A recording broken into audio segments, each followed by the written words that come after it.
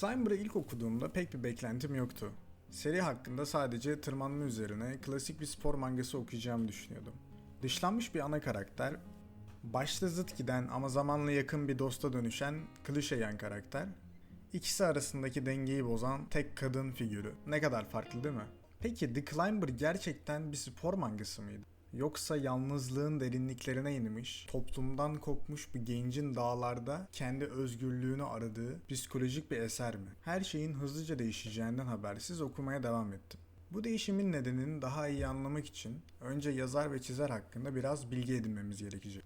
Shinichi Sakamoto, kariyerine o dönemin popüler türü olan klasik dövüş shonenleri çizerek başladı. Çizim yapmayı seviyordu ama popülerlik ve para kazanma kaygısıyla gerçekten yapmak istediği şeyden uzaklaşmıştı. Ne var ki yaptığı seriler birer birer iptal edildi. Her başarısızlıkla birlikte motivasyonu da giderek azaldı. Sonunda bir roman uyarlaması olan ve dağcılık üzerine kurulu bir spor mangası çizmeye başladı. Hikaye, sporu bir araç olarak kullanarak insanlarla bağ kurmayı öğrenen bir ana karakter, klasik bir aşk ilgisi ve ezeli bir rakip ekseninde ilerleyecekti. Bildiğimiz kalıplar işte. Ama bu projede yalnız değildi. En azından başlarda, 30. bölüm civarında, ortak yazar mangadan ayrılana kadar. O andan itibaren başarısızlığa mahkum görünen bu seri tamamen Sakamoto'nun ellerine kaldı. Tıpkı kendisi gibi mangada yalnız kalmıştı. Tam burada her şey değişti. Karakterler ölmeye, hikayedeki rolleri beklenmedik şekillerde evrilmeye başladı. Hikaye giderek ana karakterin iç dünyasına odaklanmaya başladı. Ama belki de en büyük değişim sanattaydı. Sakamoto'nun çizimleri resmen arşa çıktı. Önce sadece görsellerle büyülendim. Sonra da hepsinin geleneksel yöntemlerle çizildiğini öğrenince ikinci kez hayran kaldım. Görsel dil açısından The Climber okuduğum en etkileyici eserlerden biri ve bunu rahatlıkla söyleyebilirim. Ancak bu serinin yalnızca muhteşem çizimleri sayesinde kaliteli algılanmasını da istemem. Çünkü The Climber'ı gerçekten özel yapan şey, baştan sona Mori'nin yaşadığı tüm duygu değişimlerini okuyucuya iliklerine kadar hissettirmesi ve bu duygu selinde adeta sizi serinletmesi. Sanki biz de Mori ile birlikte o dağları tırmanıyoruz. Her ulaştığımız zirvede sadece bir dağın tepesine çıkmıyoruz. Kendi hayatımızda da bir adım daha yükseliyoruz. Bu noktada tırmanış, fiziksel bir mücadeleden çıkıp tamamen zihinsel bir yükselişe dönüşüyor. The Climber'ı benzersiz kılan en önemli unsurlardan biri, yazarın ustaca kullandığı metaforik anlatım tarzıdır. Ana karakterin duygu ve düşüncelerini yalnızca diyaloglarla değil, panellerin sunduğu görsel hikayecilikle aktarması, eserin derinliğini kat be kat arttırıyor. Seri, karakterin iç dünyasını bazen bir böceğe, bazen bir yaratığa benzeterek imgelerle anlatırken, okuyucunun da bu metaforların içinde kaybolmasını sağlıyor. Bu anlatım yöntemi, hikayeye yalnızca bir macera veya kişisel gelişim serüveni olmanın ötesinde sanatsal bir boyut katıyor.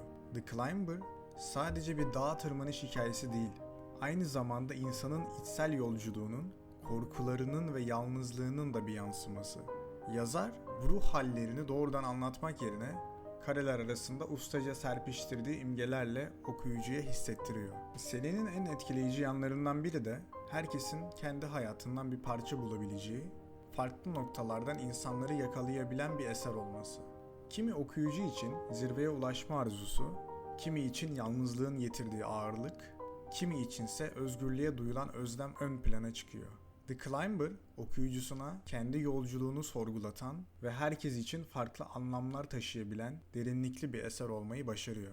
Ana karakterimiz Mori Buntaro'nun hikayesine daha lise yıllarında tanık olmaya başlıyoruz ve hikaye ilerledikçe Mori de hikayeyle beraber değişiyor. Gerçek hayat gibi bazen geçmişinden daha kötü bir noktada buluyor kendini, bazen de ilerledikçe daha iyi bir seviyeye ulaşıyor.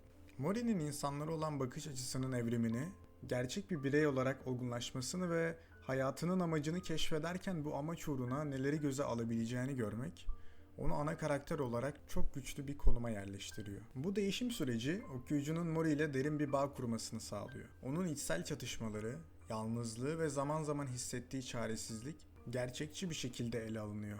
Hikaye, Mori'nin sadece fiziksel olarak zirveye tırmanmasını değil, aynı zamanda iç dünyasında yaşadığı dönüşümü de gözler önüne seriyor.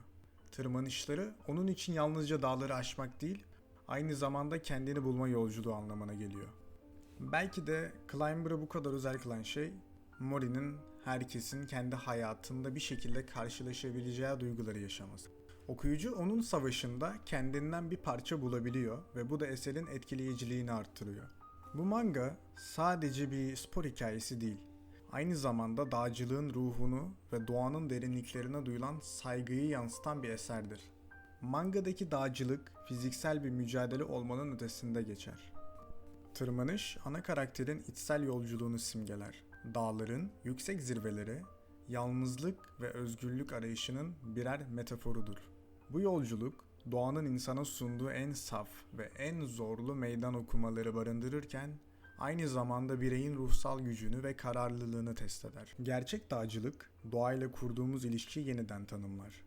Dağlar, insanın küçüklüğünü ve acizliğini hissettiren ama aynı zamanda ona sınırları aşma gücünü veren yerlerdir. The Climber'da bu gerçekliği izleyicisine yansıtarak dağcılığın fiziksel yönlerinden daha fazlasını sunar.